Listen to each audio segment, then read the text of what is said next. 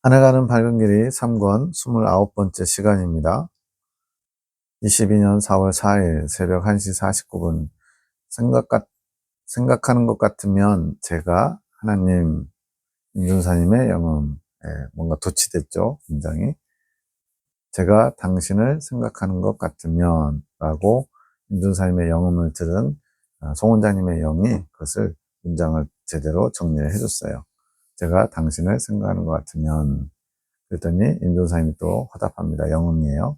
지금 이거는 실제로가 아니고 새벽 시간이잖아요. 각자의 처소에 있는데 임종사님의 영과 송원자님의 영이 서로 지금 대화하듯이 서로 이렇게 교제하듯이 지금 그렇게 진행되는 거예요. 네, 헷갈리면 안 됩니다. 그래서 임종사님이 이제 또 알겠나 봐요 라고 그 영이 하는 소리가 들렸어요. 그랬더니 그것을 듣고는 송원자님 영이 또 말합니다. 당신을 좀 아는 것 같습니다. 알겠나 봐요. 이거에 대해서 당신을, 여기서는 예수님이죠. 좀 아는 것 같습니다. 라고 송원자님 영이 화답합니다. 에녹자매가 주님께 여쭙니다. 주님, 이건 뭔가요? 내 딸아 영주의 마음을 붙잡구나. 그녀의 영혼이 나를 좀 아는 것 같구나. 지금 영음이 한 말을 인용하시는 거죠. 그래, 맞다. 그녀는 나를 좀 잘 알지. 그녀의 영은 나를 잘 알고 있다. 하지만 아직도 많은 생각들이 그녀를 막고 있는 것이다. 그러니까 지금 우리가 잘 알아야 되는 게, 아직 믿음이 주님께서 원하시는 온전한 상태가 되기 전까지는 영과 혼이 좀 따로 놀아요. 영은 주님을 지향하고, 혼은 이제 마음의 지정의 이런 감각기관들인데, 육체에 필요한 것들을 많이 이렇게 따라가죠. 그러다 보니까 혼과 영이 죄로 인해서 단절됐다가 죄 문제가 점점 해결되면서 혼이 영의 영역에서 일어나는 일들을 알게 되고, 그러면서 인식하면서 영이 혼을 이끌어가게 되는 거죠. 그래서 영과 혼이 온전히 일치하게 되면 이제 온전하게 영혼이 하나님께 나아갈 수 있어요. 이건 열매가 되면. 그래서 지금 혼의 영역에서 지금 영은 지금 주님에 대해서 잘 알고 있는데, 혼의 생각들이 그 영의 이끌림을 잘 못 받도록 막고 있다는 거죠. 하지만 아직도 많은 생각들이 그녀를 막고 있다. 그녀의 생각은 옳은 것이 맞다. 생각이 옳대요. 그렇지만 그 생각들이 나에게로 올 때 방해되는 것들이 많이 있는 것이지.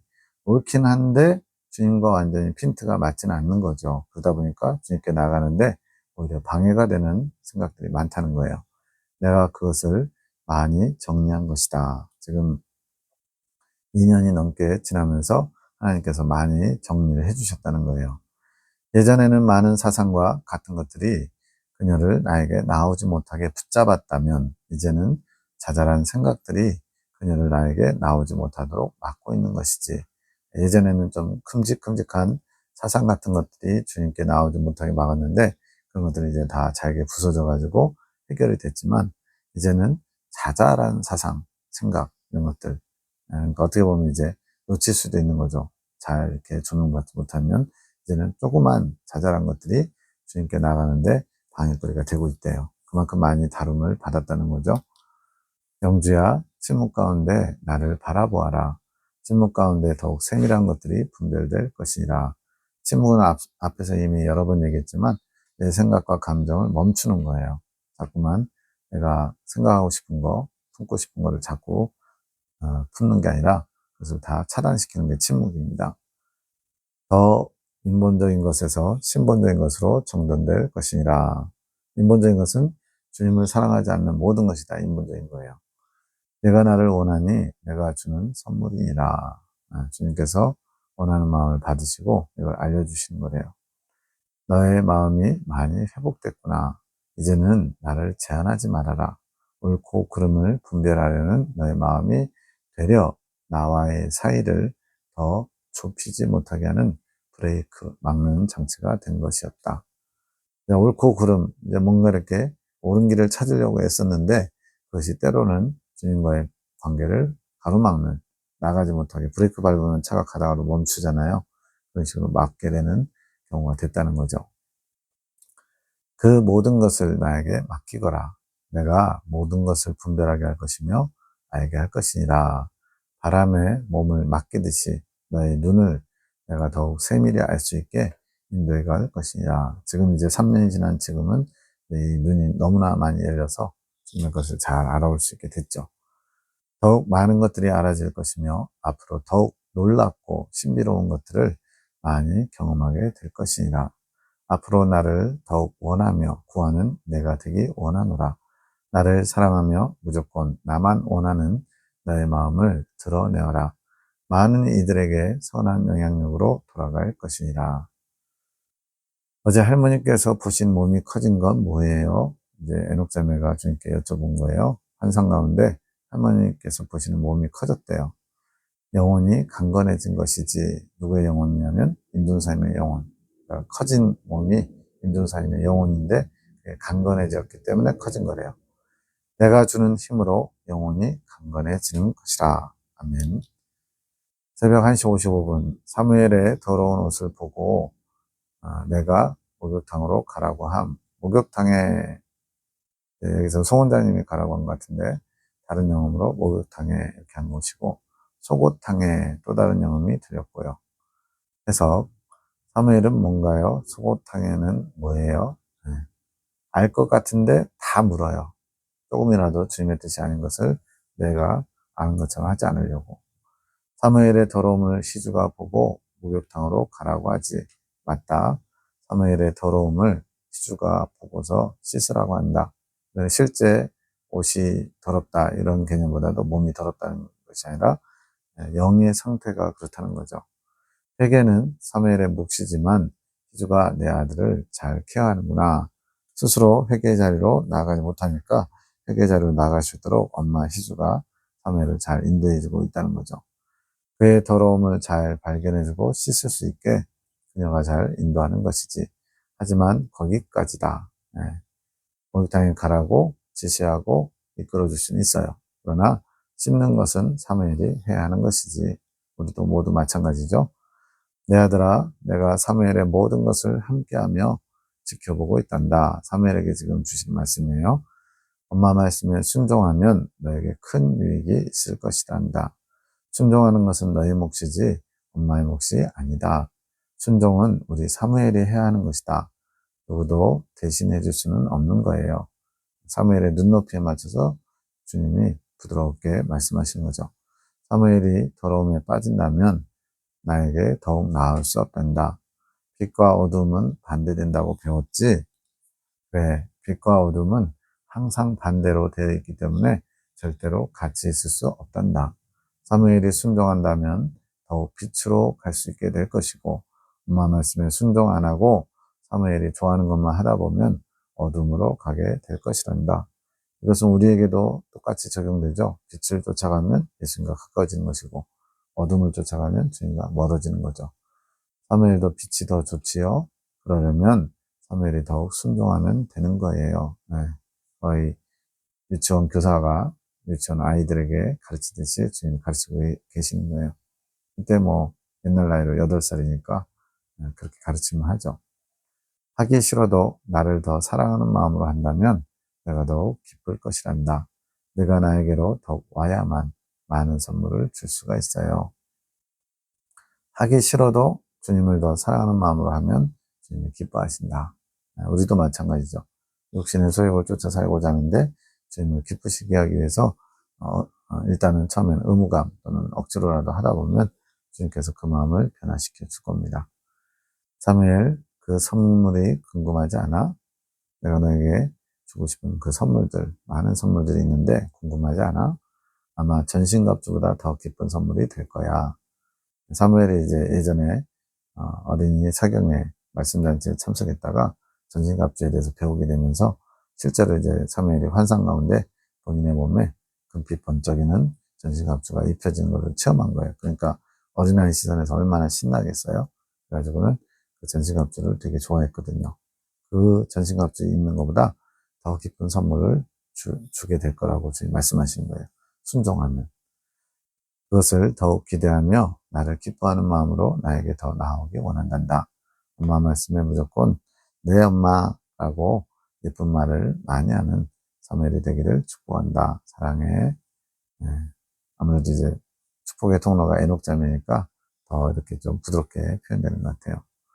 1시 59분, 죽은 마른 풀들을 제거해야 함. 이제 영감으로 이런 메시지가 드린 거죠. 죽은 마른 풀들. 네. 저희도 이제 숲속에 살다 보니까 겨울이 이제 가까워지면 풀들이 이제 말라가지고 죽어요. 그럼 이제 내버려 두면 겨울을 그냥 그렇게 지나갑니다. 봄 되면 이제 그 사이사이로 새싹이 나지만 마른 풀들을 제거하지 않으면 계속 쌓이겠죠. 2시 12분, 이것 때문에 전화했어요. 김 집사님의 영음이 송 원장님 지금 들으시는 거예요. 김 집사님 본인은 모르는데, 김 집사님의 영이 하는 말을 송 원장님이 영이 열려서 잘 들으시는 거죠. 이것 때문에 전화했냐고 묻는 김 집사님의 영음. 죄감이 이제 나올 겁니다. 해석은. 밤기도, 창조의 시기도 송 원장님, 내 기쁨에 따라, 이곤사님에게 하신 말씀, 지금 어떤 한 과정을 지나고 계시는 것 같아요. 그래서 주님께서 한 단계 믿음의 업그레이드를 하면서 굉장히 축복하시면서 이끌어 가십니다. 내가 지혜를 부어주리라. 오늘은 이곤사님을 위해 기도하라고 하심. 권사님을 중앙에 두고 둥글게 앉아서 지혜를 부어달라고 함께 기도하라고 하심. 여기 나오죠. 좁은 문을 통과하셨다고 하심. 즉, 두 번째 한단 막바지에 좁은 문을 통과하게 되면 이제 가난 정탐을 향해 나아가게 되죠.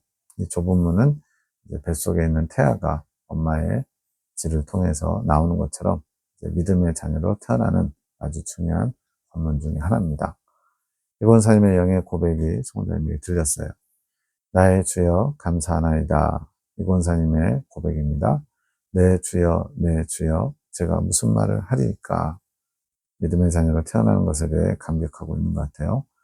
제가 이 날을 얼마나 기다려왔는지 주께서는 아십니다. 교회에서 지금 연세가 이때가 70 넘으셨나 그런데 오랫동안 권사님으로서 수고하시고 교회의 큰엄마와 같은 그런 역할을 하셨는데 영적으로는 이제 믿음의 자녀로 태어나는 거예요. 그러니까 참 영의 세계는 우리 눈에 보이는 것과 많이 다를 수 있다는 거. 그만큼 이제 이 권사님이 사랑 실천도 많이 하시고 교회에서 중진으로서 역할을 하셨지만 그러나 영의 영역에서는 믿음으로 잘 성장하시지는 못했다는 거죠. 지금은 이제 잘 달려가고 계시죠. 제가 이제는 당신을 사랑하는 일에 죽도록 충성하겠나이다. 영의 고백이니까 실제 혼의 영역에서는 이 고백대로 하지 못하는 부분도 있겠죠. 그러나 영이 이렇게 죽도록 충성하겠다 마음먹어서 혼이 이제 영의 이끌림을 받으면 더 잘 달려가시겠죠. 너무 감사하고 너무나 기쁩니다. 나의 주께 춤을 추어 화답드립니다. 다윗이 막 춤추는 것처럼 기쁘셨나 봐요. 이제는 당신만 바라보며 당신이 이끄시는 곳으로 달려나가겠습니다. 늘 저와 함께 하시니 감사합니다. 지혜가 임하게 하시니 감사합니다. 이제는 당신께서 주시는 말씀을 소중히 여기며 당신을 더욱 알고자 힘쓰겠습니다. 저를 이끌어 주옵소서. 당신을 직접 만나며 교제하기 원합니다. 간절히 원했습니다. 제 소원을 들어주심을 감사합니다. 아멘, 할렐루야. 임준사님에게 축복 기도를 받으라고 하신 영이 이렇게 주님을 간절히 원하고 찾았는데 혼의 영에서는 잘 모르고 그냥 여러 가지 내가 옳다 생각하는 대로 살아오셨던 거죠. 김일사님, 나의 능력이 임하였다. 주님의 능력이 임하는 치유의 능력이죠. 그런데 나를 제한한다. 치유 기도를 시작하기 전에 주님께서 하신 말씀. 너를 통해 내가 육체만 치유하겠느냐? 영은 치유하지 않겠느냐? 더욱 정결해지거라. 이제 치유의 은사 그러면 육신의 그 질병이나 아픔 이런 것들을 고치는 줄로 생각하고 있으니까 주님께서 육체뿐만 아니라 영도 치유한다 그랬어요. 영혼에 새 힘을 주는 것. 그래서 이제 기도를 받으면서 영은 치유하지 않겠느냐고 하신 말씀에 영혼을 치유하는 것이면 영집성이가 겹치는 게 아닌가 생각했더니 알게 하시는 게 이 영을 치유한다는 것이 영혼에 새 힘을 주는 것이라고. 이제 송영길 집사님 같은 경우는 축사, 어둠의 영들이 떠나게 하는 거죠. 결박에 있던 어둠의 영들을 떠나가게끔 해서 영을 자유케 하는 것인데 여기서 영을 치유한다는 것은 그 축사와는 다르게 새로운 힘을 공급해 주는 것. 주님을 향해 더 잘 달려갈 수 있도록 힘을 공급해 주는 게 영혼을 치유하는 거다. 이렇게 알게 하신 거예요. 22년 4월 5일 음담패설이다. 송원장님에게 주님이 음담패설이라고 말씀하셨는데 이거 왜 그러냐면 4월 7일 이틀 후에 사무엘의 담임 선생님과 만나기로 약속이 됐나 봐요. 그러면서 이제 송원장님 생각에 담임 선생님 만나면 무슨 얘기를 할까? 이분이 이제 사람 상대하는 걸 좀 힘들어 하시는 분이거든요. 소심해가지고. 영업직을 했다는 게 놀랍죠.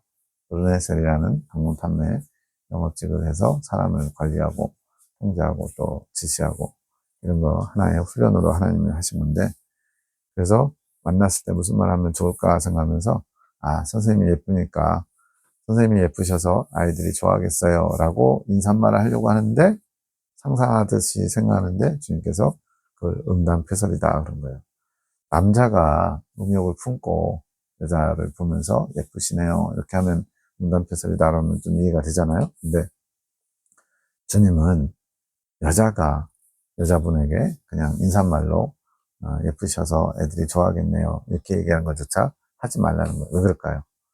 육적인 것이기 때문에 하나님은 그 영혼의 아름다움을 보기 원하시고 또 그 영혼이 잘 되기를 원하시거든요. 그런데 아무리 인사말이지만 거칠지만 예쁘니까 아이들이 좋아하겠어요 이렇게 말하는 것은 주님의 기준에 합당치 않기 때문에 그래서 음담패설이라고 말씀하신 거죠.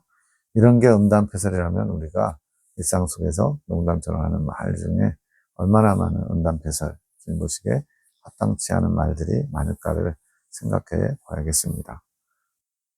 박지사님이 꿈을 해석합니다. 코딱지, 피, 꿈. 저번 영상에서는 코딱지를 파도 한쪽은 금방 다 빼냈는데 한쪽은 줄줄이 나와가지고 뿌리를 빼기 어려우면 뿌리 뽑기 어려우면 끊어야 된다라는 꿈이 있었거든요. 여기서 이제 한 단계 더 나아가서 코딱지 바다가 피가 나는 꿈이에요. 실제로도 이제 코딱지 바다가 너무 심하게 파면 피 나잖아요. 내가 싱크대 앞에서 코를 파고 있음 좀 지저분하긴 하지만 좀 이렇게 재밌게 그런 당신의 뜻을 나타내시는 일들이 있어요. 코를 파는데 코에서 핏덩어리들이 줄줄이 이어져 나옴. 피가 막 나는 것을 보니까 내가 겁이 나서 코를 더 파면 안 될 것 같음. 코 파는 것을 멈추고 줄줄이 이어져 나오는 핏덩어리들을 가위로 끊음. 얼마나 그 핏덩어리, 그 핏줄이라고 해야 되나요? 그런 피가 이렇게 줄줄줄 나왔으면 가위로 끊을 정도가 될까요? 이런 건 피는 좋은 거예요. 생리를 한다든가, 피를 흘린다든가, 화장실에 피가 많이 이렇게 나와 있다든가, 이런 것들은 다 좋은 겁니다. 왜냐면 더러운 피예요. 주님께서 주님의 보혈을 우리에게 채우기 위해서 더러운 피를 이렇게 빼내야 된다고, 배설해야 된다고 말씀합니다. 해석, 주님 코피가 나는 꿈은 무엇인가요? 나의 때, 내가 더러운 생각을 없애려고 할 때 피하지 말라는 것이다. 그래서 나의 때는 주님이 어떤 사람을 향한 계획이 있으신데 그 계획대로 이끌어 가시고자 주님이 이제 훈련하시고 또 연단하시고 이러면서 어느 때가 되면 이제 주님께서 뭔가를 해주시려고 한다는 거예요. 그럴 때 그것을 잘 알아채고 그것이 나쁜 것이거나 안 좋은 것이 아닌 줄 알고 잘 순종해서 감당하라는 거죠. 나의 때가 되었다. 저번에 코딱지 파는 꿈에서는 때가 되지 않아서 피가 보이지 않았음. 피가 보여야 좋은 거라는 거죠. 피가 보이는 것은 좋은 것이다. 나의 때가 되어서 더러운 생각을 뿌리 뽑을 시점이 되었다는 것이지. 더러운 생각을 뿌리 뽑는다. 더러운 생각을 제거한다. 이게 앞에서 나의 생각, 나의 감정, 나의 의지가 다 빠져야만 거기에 주님의 것으로 채울 수 있다라고 말씀하신 것과 연관되는 거죠. 나의 보혈로서 그 모든 것들이 가능한 것이다. 보혈의 피를 흘려보낼 수 있게 되는 것이지. 주님의 보혈을 채워주기 위해서, 보내주기 위해서 먼저 선행되어야 되는 작업이 나의 더러운 피가 빠져야 된다는 거예요. 그런데 그 실체를 보는 것이 두려워서 사람들이 자기 임의대로 그 일을 마무리하는 것이다. 직면이지. 여기서 왜 실체를 보는 게 두렵냐면 자신의 악한 모습을 직면하는 것, 부끄러운 모습을 직면하는 것이 쉬운 일이겠느냐. 예를 들어서 남들에게 다 감추고 싶은 비밀 한두 가지씩 있잖아요. 뭐 어떤 부끄러운 것들, 도둑질 했던 것들, 뭐 또 음란한 어떤 행실들. 그런데 그런 것이 드러나는 거예요. 그럼 굉장히 부끄럽겠죠. 만약에 많은 사람들이 있는 자리에서 알면 안 될 것 같은 사람들이 나의 치부를 알게 되면 얼마나 부끄러워요. 그래서 그런 것들을 두려워하는 거죠. 드러나는 걸. 그러나 멈추면 안 되는 것이다. 왜냐하면 주님께서 그것을 통해서 하고자 하시는 바가 있기 때문에. 그러면 그 더러운 생각의 뿌리가 아직 남아있게 되는 것이지. 코어의 피, 그거를 계속 이제 다 뽑아내는데, 전에는 이제 코딱지를 파다가 계속 나오면 정 안 되겠으면 가위로 잘라서 끊으라고 했거든요. 근데 이제 주님은 이 코피가 나는 것을 끊지 말고 뿌리 뽑을 때까지 계속 뽑으라는 거죠. 그만큼 뭔가 성장했든지 변화됐든지 이제 단계가 달라진 거죠. 어떻게 해야 직면하는 거지요? 용기가 필요하다. 자신의 어떤 부족한 부끄러움이 드러나는 것을 감추지 않고 사람에게 꼭 드러나야 된다는 건 아니고요. 주님 앞에 있는 그대로 고백하며 나아가는 것, 이런 자세가 필요한 거죠.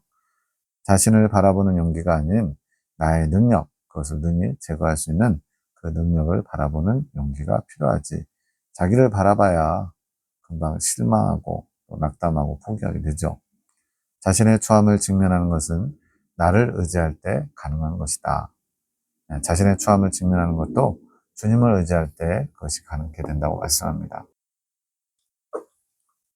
그것이 인간이 가지는 자기애를 부수는 것이지, 인간이 가지는 자기애, 나면서부터 자기를 사랑하는 마음, 자기를 최고로 여기는 마음, 이것을 부수는 과정이 된다는 거예요. 너희는 스스로를 얼마나 포장하고 사랑하는 줄 아느냐? 가식, 허례, 위선. 너희가 말하는 겸손은 겸손이 아니라 포장된 겸손이 많지. 주님 보시기에 겸손이 아니라는 거예요. 포장된 겸손. 사람에게 보이려고, 사람에게 인정받고, 칭찬받고, 존중받고, 사랑받고, 대접받으려고 하는 그런 포장. 자기 자신의 실체를 온전히 나에게 보일 용기가 필요하다. 다른 사람에게 물론 드러나서 수치를 당할 수도 있지만, 그래서 초점은 주님 앞에 있는 그대로 아뢰면서 나아가는 거죠. 그것이 내가 원하는 겸손의 한 부분이라. 겸손에는 여러 가지가 있지만 그 중에 하나가 이런 모습이라는 거예요. 주님께 있는 모습 그대로 나오는 거. 그러면서 자신의 부족을 나에게 의탁하는 것이지, 방어하는 게 아니라, 억울함을 호소하는 게 아니라, 그러한 마음이 되어야 나의 마음이 당기는 것이란다. 방어한다는 건 뭐예요? 자신은 그렇지 않다고, 자신은 꽤 괜찮은 사람이라고 인정하지 못하는 거죠. 억울함을 호소하는 거는 어쩔 수 없이 그랬다고, 나도 그러고 싶진 않았는데 상황이 그랬다고, 또 그 사람이 그랬다고 그러면서 자신이 피해자인 양 이렇게 코스프레 하는 거죠. 그런 마음으로는 주님이 원하신 마음을 이룰 수가 없죠. 자기의 뜻이 없어야 하지. 이게 의지와 연관되거든요. 내가 보여주는 자신의 실체 그대로를 겸허히 받아야 한다. 주님, 제가 그 정도는 아니거든요. 앞에서 이제 그 흰옷을 입은 이긴 자 상태인 송 원장님을 뭐라고 표현했냐면, 중고생 정도 되는 여자인데 인지 능력이 좀 떨어지고 고집이 나면 막무가내로 옷을 막 벗어 제끼는 그런 불감당, 그런 모습으로 보여주셨어요. 아니, 제가 그 정도는 아니잖아요 라고 얘기하는 건 뭐예요? 있는 그대로 주님이 보시는 관점으로 자신을 보기 싫어하는 거죠. 그런 것들이 없어야 된대요. 내가 보여주는 자신의 실체 그대로를 겸허히 받아야 한다. 그리고 나를 사랑하고 의지하면 되는 것이지, 어렵지 않습니다. 워낙 우리의 자존심, 우리의 자아가 강해서 그렇지, 아직이 많고 사랑이 많아서 그렇지, 그냥 다 비우고 내려놓고, 주님은 언제나 옳습니다. 저는 언제나 잘못 선택을 합니다. 이렇게 인정해버리면 간단해요. 너희는 나 없이는 아무것도 할 수 없는 존재로 스스로를 여겨야 한다. 주님께서도 말씀하셨잖아요. 나는 포도나무요, 너희는 가지니 너희가 나를 떠나서는 아무것도 할 수 없다. 오직 내 안에 있을 때만이 너희는 열매를 맺을 수 있다. 이걸 인정하면 되죠. 숟가락 하나 들 수 없는 존재, 손가락 하나 까딱하지 못하는 존재인 것을 머리가 아닌 마음으로 시인하고, 이거는 진정으로 그렇게 생각하고 받아들인 거죠. 나에게 나와야지. 그리고 사람에게 나아가야 한다. 그래서 이제 뒤에 나중에 나오지만 로봇과 같은 상태. 로봇은 조종하는 사람의 뜻대로 움직이잖아요. 자기 생각, 감정대로가 아니라 그런 과정을 거쳐서 나중에 이제 그 로봇도 지나가는 과정이에요. 그 다음에 주님의 생각과 감정과 의지가 온전히 내 것이 되면 그다음부터 이제 내가 하는 것이 곧 주님이 하는 것이고, 주님이 하시는 것이 곧 내가 하는 것이 되는 하나됨, 합의를 이루게 됩니다. 그것이 자신보다 남을 더 낮게 여기는 것이란다. 그런 사람은 환경에 토를 달지 않는다. 왜 내게 이런 일이 하면서 내게 일어난 일들이나 내 주변에 있는 사람들에 대해서 원망, 불평, 분노, 짜증 하지 않는다는 거죠. 겸허히 내 뜻, 그 환경을 통해 그 사람을 통해 이루고자 하시는 주님의 뜻을 받아들일 뿐이지. 모든 상황이 주님이 받아들이라고 주신 것은 아닐 수도 있잖아요. 이제 환경 가운데 뭐 주님께서 원하시는 것, 이게 아닌 부분들도 있을 수 있죠. 그런데 그런 환경 속에 주님의 숨어있는 뜻을 받아들여야 된다는 거예요. 내가 원하는 뜻을 받아들이는 것이지. 근데 문제는 이걸 발견하지도 못하는 게 문제죠. 주님께서 이런 환경, 사건을 통해서 뭘 원하시는지 주님의 뜻도 모르니까 자기가 하고 싶은 대로 결정하고 판단하고 또 추진하죠. 그 환경을 허락한 나의 뜻을 받아들인 것이지. 이게 영적으로 깨어있어야만 가능하거든요. 그렇다면 돈을 낼 이유가 없다. 나를 괜히 시비 거는 사람, 원망하는 사람, 뒤에서 뒷담화하는 사람, 이런 사람 나타나도 분을 낼 이유가 없다는 거예요. 주님께서 허락하셨지. 주님께서 이걸 통해서 내게 원하시는 게 있지. 이렇게 받아들이면 된다는 거죠. 모든 것을 내 뜻으로 받아들인다면 내가 허락한 일들에 대해 분을 낸다는 것은 곧 나에 대해 분을 내는 것이 아니겠느냐? 그러니 내 뜻이 무엇인지 집중하거라. 내 뜻을 받아들일 준비가 되었다면 분을 낼 일도 없는 것이지. 그렇죠. 나는 사랑이 아니더냐. 그런 순명의 자세가 모든 일에 있어야 한다. 예, 즉 주님은 언제나 오르시고 주님은 사랑 그 자체이시기 때문에 내가 곤란한 일, 어려운 일, 답답한 일, 억울한 일을 만나도 주님께서 나를 사랑하셔서 허락하신 일이라고 있는 그대로 다 수용하면 그다음부터는 또 평강이 찾아오죠. 주님께 맡기니까 내가 뭔가를 해야 하는 그런 조급성, 또 뭔가 조바심을 내지 않아지죠. 그런 순명의 자세가 나에게도 또 사람들에게도 그렇게 해야 하는 것이다. 그러한 훈련이 필요하단다. 그래서 연단받고 정결케 되는 거죠. 그것이 자기 의를 꺾는 것이지. 여기서 의는 옳을 의자. 네. 내가 옳다고 생각하는 그것을 꺾는 것.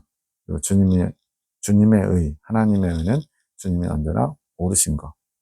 그것을 우리가 수용해야죠. 그것이 나의 뜻이라면 내가 너희를 쳐서라도 복종하게 만들어야 하지 않겠느냐? 주님께서 뜻을 세우시면 그걸 누가 막을 수 있어요? 아무도 못 막죠. 그러나 나는 사랑이다. 그것을 믿으면 어려울 것이 없다. 모든 것에 하나님의 사랑의 배려, 손길이 배어 있다라고 생각한다면 잘 감당할 수 있다는 거죠.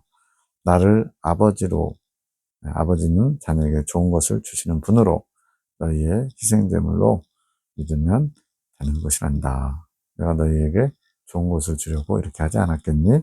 그것을 믿어주기 바라렴. 명심하거라. 분을 내는 것은 아무 유익이 없다. 나는 사랑이다. 분을 내는 것은 지금 환경적으로 지금 하는 건데 사랑의 사도 분들이 좀 이렇게 어려움을 겪는 것 같아요.